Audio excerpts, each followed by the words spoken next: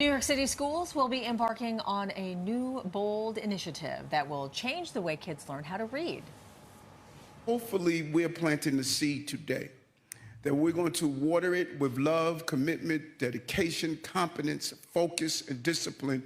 And if we continue to water that seed, then the harvest of fruits that we will produce in the future will feed generations to come. This is the beginning of something new. The only way to do this in mass is to have a basic, sound, really good literacy curriculum in place, which is phonetically based. There you go. So the New York City Reads campaign will begin in the fall in school districts where children have really struggled the most. Joining us this morning to give us some insight into this new curriculum and talk about a whole lot more is New York City Schools Chancellor David Banks. So Chancellor, welcome back. Good to have you here. Good morning. Thanks for having me. So we're going to get into the literacy program in just a bit because it's so important, especially as heading into the summer months with summer reading. But I do want to get your take right now on the migrant crisis issue that's been happening across the city. Schools were a big target this week with school gyms being used. So at this very point in time in the morning, are there any schools that still have migrants inside? No, they do not. And as it stood, we only really had one school on Coney Island that actually had migrants there. It was in a standalone gym, so it was not really even connected to the school. But we certainly heard from the parents in the community.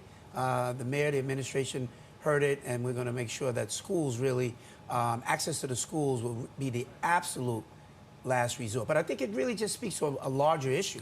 You know, this is a sure enough crisis. Yeah. And we've got a lot of folks who are coming in every single day. Yeah. And we've got to find places to house them. Yeah, I think the number is pretty much doubled over the last week. So what are the chances that the schools that were identified as possible housing for these asylum seekers could be used? 20.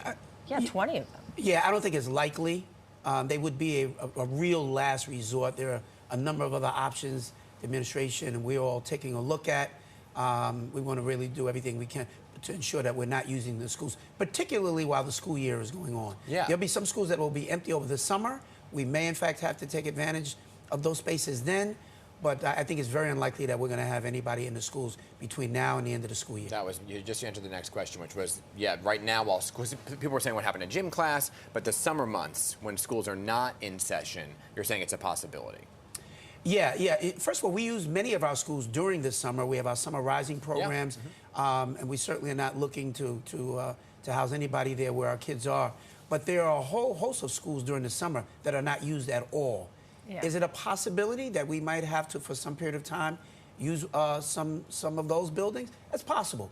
But certainly, again, access to the schools is really going to be a last resort. Okay. Can you quickly talk about the coordination for safety, if that does in fact become the case, with students there and asylum seekers at the same time? Safety is always the highest priority. So anything that we do, if we ever have to have access to any school facility, we will do everything we can to ensure a full level of safety. And that's a coordination between the New York City Police Department, our school safety office.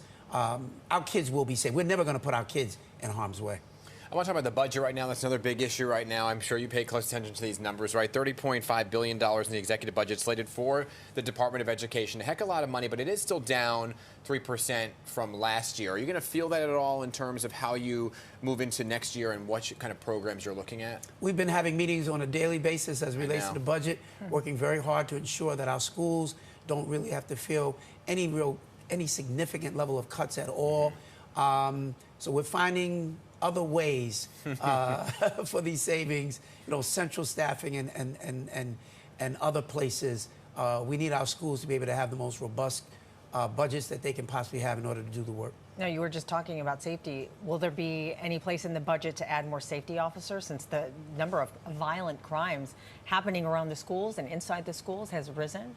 It's interesting, you know, we've not had a significant increase of crime in our schools. But around it. Yeah, around the schools, around the corner, up the block, those kinds of things. And a lot of that involves the NYPD also having a greater level of access. You know, when it's 2 blocks away from the school, it's not necessarily school personnel that are really responsible for that. We work together, and there's a level of coordination. So I think you're gonna hear in the coming days where we stand with respect to that. Can you give us a little heads up, a little sneak peek? Yeah, I mean, I don't know. I'm always looking for that answer. You know, being a school safety agent is a tough job. Yeah. And also recruiting for it is Yeah. a tough job. It's not a well-paid job. Yeah. But it's a really important job in our schools. So we're doing everything we can to turn those numbers around. We've been doing that since this administration began. Got it. Let's talk about the New York City Reads program, because it is why you decided to come here today, right? And Yes. this is teacher training's beginning for that. And I was just at an event last week with Link, which is a great organization in New York, all about empowering the youth to read. This is going to be a whole different approach that you're now taking to literacy, which is why you have to train teachers. Break it down for us. Absolutely. Listen, let me tell you, I've been chancellor now for 16 months. It is the most important thing that we are doing. 51% of the students in New York City are not on grade level. Wow. And it's and that's not unusual across the nation. The city of Chicago, 80% of the kids don't read on grade level. In Detroit, 91%. Wow. This is a national issue. Over the last 20 to 25 years, we got away from the basic foundation of how we teach kids how to read. We went from a phonetic approach to what was called balanced literacy. And the results are in that for far too many kids, it hasn't worked. 64% of black kids in New York City public schools are not on grade level. 63% of Latino students. So it's been an approach that hasn't worked. What we've done, and many of our schools have been left to figure it out on their own. Yeah. There's been no real singular approach. So now we've got a much more focused approach. We're going to have about 3 curricular areas that schools will be able to choose from. Each are all backed in what we call the science of reading, which has phonics as its core foundation. But it goes beyond phonics. It's about vocabulary development and ultimately comprehension and fluency. There are a lot of pieces to how you teach kids how to read. The fact that our kids have not been reading well has not been their fault. And in fact, it's not been the fault of our teachers. They were given a flawed playbook over the last 2 decades. We are giving them a very different playbook that's going to take us back to the basics.